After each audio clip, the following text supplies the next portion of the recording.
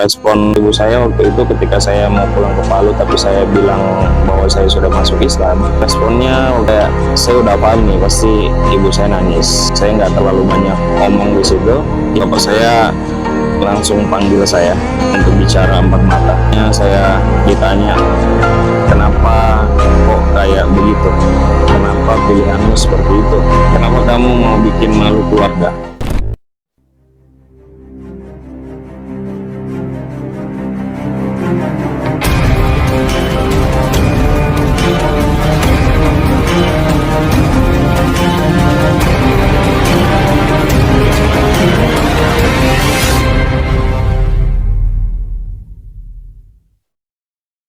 Oke, Assalamualaikum warahmatullahi wabarakatuh. Baik, Alhamdulillah. Hari ini kita mau buat konten lagi, cuman kebetulan saya lupa bawa tripod. Jadi mungkin kita begini saja dulu. Semoga teman-teman bisa nyaman ya nontonnya. Jadi di video kali ini saya ingin bercerita tentang tanggapan orang tua.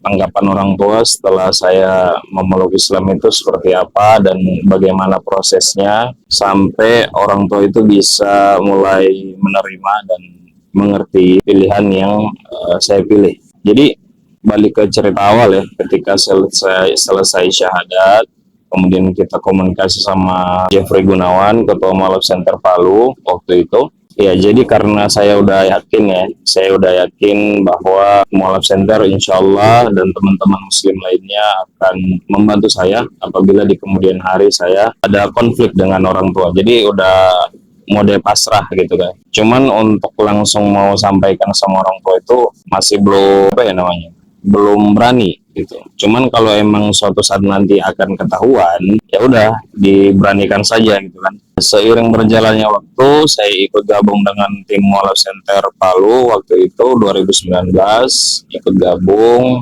menjadi salah satu dari tim relawan gitulah, relawan, dan sampai diberikan amanah untuk jadi tim media di Mualaf Center Palu. Jadi semua kegiatan-kegiatan Mualaf Center Palu, mulai dari kajian, kemudian kegiatan membantu korban bencana, kemudian kegiatan-kegiatan yang lain, itu saya yang ikut meliput dan ikut edit dan juga ekspor. Tapi sebelum itu pasti ada koreksi dulu dari ketua apabila ini sudah bagus dan memang tidak ada masalah untuk diekspor, tidak ada masalah untuk diupload. Jadi seperti itu.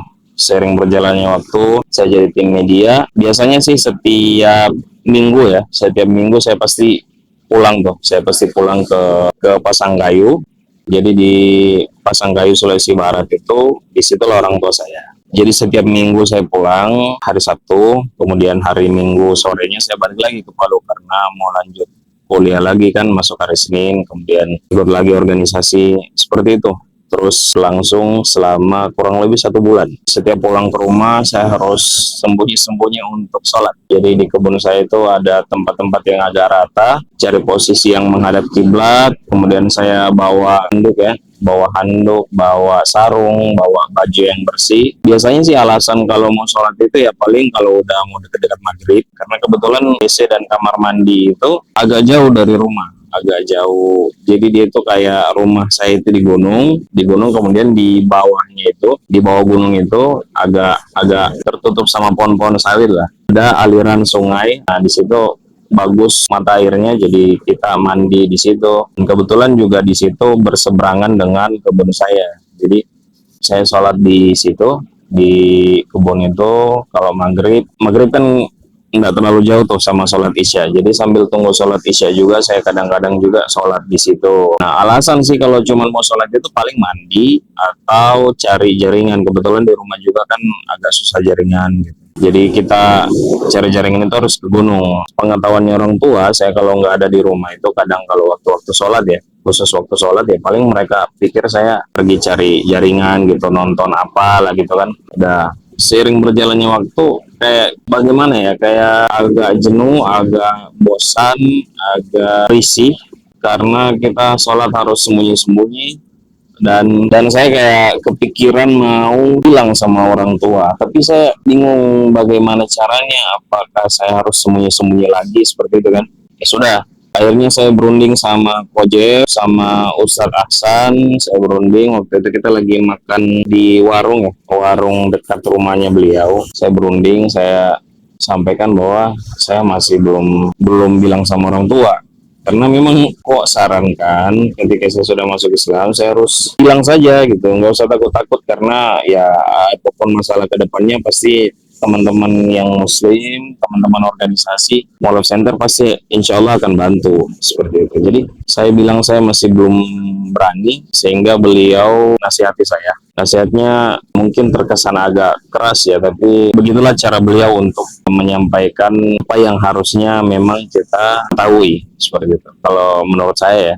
Jadi beliau bilang bahwa ketika tiba waktu sholat, kemudian ya emang sih, emang waktu kalau tiba waktu sholat itu kadang-kadang saya harus di luar dari waktu itu. Misalnya ketika tiba waktu sholat mungkin saya lagi kerja sama orang tua, jadi saya kayak ya udahlah selesaikan dulu pekerjaan, baru saya melaksanakan sholat sembunyi-sembunyi seperti itu kan. Jadi bahasanya beliau atau perkataan beliau bilang kalau misalnya tiba waktu sholat, yang panggil ini yang maha kuasa, yang panggil ini Allah, yang panggil ini bukan makhluk, bukan manusia gitu. Nah, sedangkan Allah yang panggil kita untuk melaksanakan sholat, lantas kita nunda atau takut sama orang tua, itu sudah bagaimana ya? Ibaratnya itu kita kayak takut sama Tuhan daripada takut sama makhluknya gitu. Orang tua kan ciptaannya Allah juga, kita juga ciptaannya Allah. Jadi sebenarnya yang pantas ditakuti itu ya Allah, yang pantas ditakuti itu ya Allah gitu. Ketika Allah manggil kita untuk sholat ya udah kita harus bergegas untuk sholat. Bagian juga nggak lama kan, jadi nggak usah ada kata takut untuk melaksanakan sholat seperti itu. Jadi kalau misalnya kita masih takut untuk melaksanakan sholat ya berarti kita lebih takut sama manusia dong daripada sama Tuhan gitu. Itu nasihat dari beliau. Jadi saya memberanikan diri karena nasihat itu, saya memberanikan diri untuk sampaikan sama orang tua lewat ibu saya. Ibu saya yang pertama tahu. Jadi ketika waktu itu saya mau balik ke Palu, tapi saya sempatkan untuk sampaikan hal ini. Jadi saya bilang sama ibu saya. Jadi sekilas ya info teman-teman, ibu saya itu atau mama saya itu murtad. Beliau mengikut ayah saya ke agama Kristen ya, yang sebelumnya mereka sepengetahuan saya menikah secara Islam, bapak saya yang masuk Islam dan kemudian akhirnya beralih lagi pindah ke agama sebelumnya dan ibu saya juga ikut murtad, ikut ke situ. Kira-kira seperti itu jalan ceritanya. Jadi ya saya sampaikan sama ibu saya dan saya berharap ibu saya paham gitu karena ya dia dulu sempat Islam kan, dia Islam secara dari lahir. Jadi saya nggak terlalu khawatir untuk hal itu. Saya sampaikan sama ibu saya dan respon ibu saya waktu itu ketika saya mau pulang ke Palu tapi saya bilang bahwa saya sudah masuk Islam. Responnya waktu itu dia lagi menyapu halaman ya, menyapu halaman rumah. Saya sampaikan seperti itu dan dia diam, dia sambil membelakangi saya menyapu. Saya dengar ada suara kayak begitu. Nah, itu kayak saya udah paham nih pasti ibu saya nangis. Saya nggak terlalu banyak omong di situ. Jadi setelah ibu saya tahu, kemudian ibu saya bilang sama bapak saya langsung panggil saya untuk bicara empat mata. Waktu itu beliau lagi makan di dapur. Akhirnya saya ditanya, kenapa kok kayak begitu? Kenapa pilihanmu seperti itu? Kenapa kamu mau bikin malu keluarga? Karena keluarga di Pasangka ini rata-rata saudara kandung bapak saya yang Kristen. Jadi orang yang aktif gereja gitu. Jadi kayak orang tua itu kayak malu kalau ketahuan saya masuk Islam gitu. Karena keluarga kan banyak yang Kristen. Saya bilang ini sudah pilihan saya, Pak. Saya juga masuk Islam karena saya cari tahu sendiri dan saya tidak menjelekkan agama saya yang sebelumnya. Saya cuma cari tahu dan saya pilih Islam. Bukan berarti juga saya pilih Islam saya tidak taat sama orang tua, saya sudah berpisah dengan orang tua, tidak. Kita hanya perbedaan agama, tapi kalau soal berbakti, justru sebenarnya Islam lebih mengajarkan kita untuk lebih berbakti sama orang tua, seperti itu. Saya cuma bilang seperti itu. Jadi orang tua itu, bapak saya bilang, ya sudah kalau seperti itu, kuliah kamu, kos makan kamu, jajan semua saya lepas. Saya bilang iya, saya akan balik ke Palu. saya akan kerja di Palu, saya akan cari pekerjaan apapun di Palu supaya saya bisa bertahan kuliah di Palu. Padahal sebenarnya saya udah nggak terlalu khawatir gitu kan, karena saya pikir insya Allah ada Mualaf Center yang bisa bantu, dan saya juga nggak mau terlalu disuap sama Mualaf Center. Saya juga gimana caranya supaya saya bisa bertahan juga seperti itu.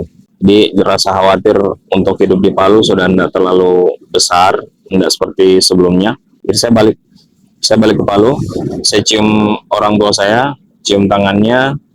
Mereka alhamdulillah tidak pukul saya, tidak kasar sama saya. Jadi mereka cuma diam, shock. Marahnya itu kayak cuman marah di mulut gitu. Saya cium tangannya, cium pipi kanan, pipi kirinya, cium jidatnya. Saya pulang ke Palu. Di perjalanan saya masih jalan kaki ya. Jadi parkiran motor dari parkiran motor ke rumah itu agak jauh. Jadi harus jalan kaki supaya bisa sampai di tempat parkiran motor. Jadi rumah saya di kebun, teman-teman. Kadang sih parkir motor di rumah, cuman karena jalannya agak susah, jadi saya taruh di luar. Jadi saya sambil jalan ke motor itu saya nangis. Saya kayaknya tuh waktu itu nggak bawa uang jajan, teman-teman. Kayaknya, jadi kayak cuman punya uang simpanan dari Palu kayaknya, bensin. Sudah, saya balik ke Palu. Selama di Palu, selama saya di Palu, saya ojek online juga, kurir ya.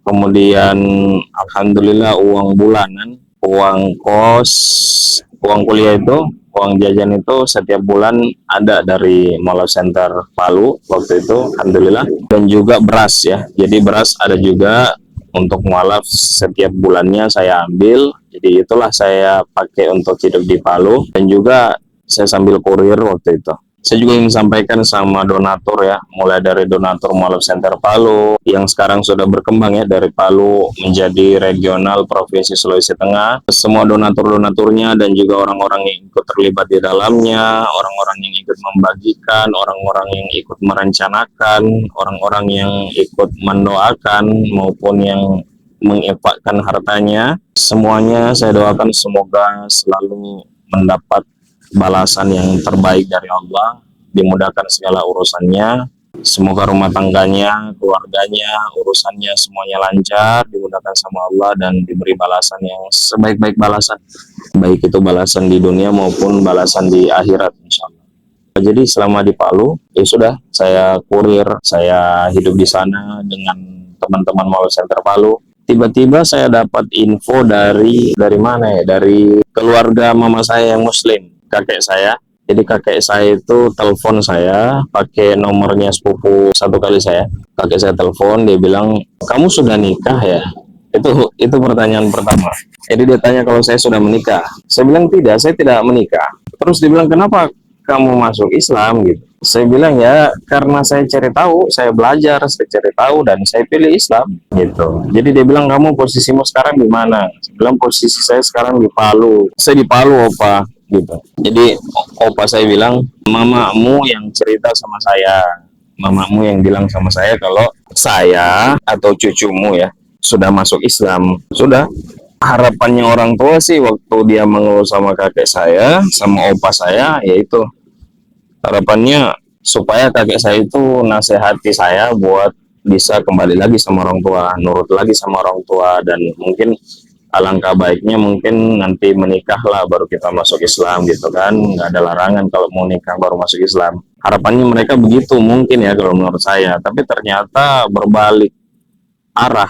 Jadi justru malah kakek saya ini yang tekan balik sama orang tua. Jadi kakek saya yang bilang sama mama saya, dia bilang kalau dulu waktu kamu ngikut sama suamimu, murtad maksudnya, saya tidak ikut campur. Itu pilihan kamu, saya tidak ikut campur. Itu mau kamu. Dan saya tidak membenci kamu dan suamimu, itu pilihan kalian. Nah, sehingga ketika kalau ada cucu saya yang masuk Islam, dan sekarang kondisinya memang ada cucu saya yang masuk Islam, saya maksudnya yang dibicarakan itu, ya tolong jangan dilarang dia, itu pilihan dia sudah dewasa, dia juga anak yang baik. Dan kalau kalian tidak mampu pelihara dia, daripada kalian biarkan dia di Palu, tidak ada uang, tidak ada biaya, mending anak itu saya bawa, saya ambil gitu. Maksudnya opa saya mau ambil saya untuk tinggal di rumahnya, tinggal di kampung.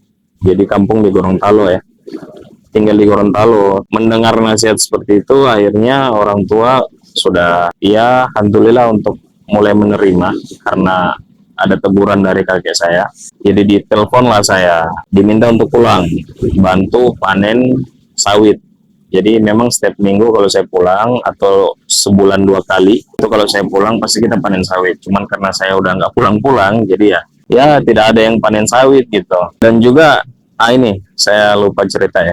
Jadi sebelum di perjalanan pulang waktu saya ke Pasangkayu, waktu saya pulang ke Pasangkayu itu, di perjalanan pulang itu, saya tuh nangis teman-teman. Sebelum saya sampaikan sama orang tua, sebelum saya sampai di rumah, sebelum saya cerita tadi saya bilang terus terang sama orang tua itu, jadi di perjalanan dari Palu ke Pasangkayu waktu itu, saya pulang, saya nangis di jalan. Saya nangis di motor, pokoknya air mata itu mengalir terus. Saya gimana ya? Saya sayang sama orang tua. Kalau orang tua kerja, saya bantu panen sawit. Pokoknya pekerjaan-pekerjaan yang berat, saya bantu mereka. Yang saya pikir kalau saya nanti mereka sudah usir, mereka sudah tidak pedulikan lagi ketika saya sampaikan ini, yang saya pikir itu sudah tidak ada yang bantu mereka. Seperti itu. Mungkin ada kakak saya, tapi saya masih berpikir seperti itu. Jadi mungkin ada kakak saya yang bantu, cuma kakak saya kan kerja. Jadi saya khawatir kalau orang tua itu tidak ada yang bantu kerja. Itu yang membuat saya menangis, itu yang membuat saya kayak kadang-kadang ingat mereka kerja di sana. Itu membuat saya sedih sampai-sampai saya sholat di jalan, sholat safar ya, yang pernah saya dengar di kajian bahwa doanya orang yang lagi safar itu insya Allah dijabah sama Allah. Jadi saya berdoa, betul-betul berdoa, saya bilang ya Allah, saya mau pulang ini, saya mau terus terang sampaikan sama orang tua saya, apapun hasilnya nanti, mungkin mereka kemungkinan besar akan menolak. Ini semua saya lakukan demi mempertahankan agamamu. Ini semua saya lakukan karena saya sudah syahadat dan saya harus melaksanakan kewajiban untukmu ya Allah. Saya sholat, saya nangis sambil berdoa. Selesai sholat, saya berdoa, saya nangis. Jadi pas sampai di rumah ya lah itu. Jadi pas sampai di rumah ya tadi itu, saya cerita bahwa saya sudah sampaikan sama orang tua dan itulah respon orang tua. Nah, jadi ya ketika orang tua sudah dapat nasihat dari kakek saya, ya sudah, mereka mulai menerima saya datang, saya benar-benar perbaiki diri saya. Jadi saya kerja apapun yang mereka suruh, saya usahakan saya kerja. Bagaimana caranya saya supaya bisa ambil kembali hatinya mereka seperti yang dulu. Jadi karena saya punya kesalahan yang mungkin menurut mereka itu salah, saya punya pilihan yang menurut mereka itu salah, jadi saya mau perbaiki itu dengan berusaha lebih taat lagi dari awal gitu. Itu masih S1 teman-teman, belum selesai ya, belum selesai, sudah S1 sudah.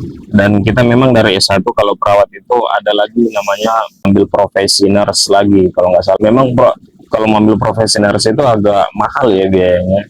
Jadi waktu saya udah baikan sama orang tua, saya dengar lagi nih ayah saya bilang, kalau misalnya kamu mau lanjut nurse, nanti saya bantu kumpul-kumpul uang sedikit. Posisinya itu orang tua masih belum tahu kalau saya ini dibantu sama Muluk Center.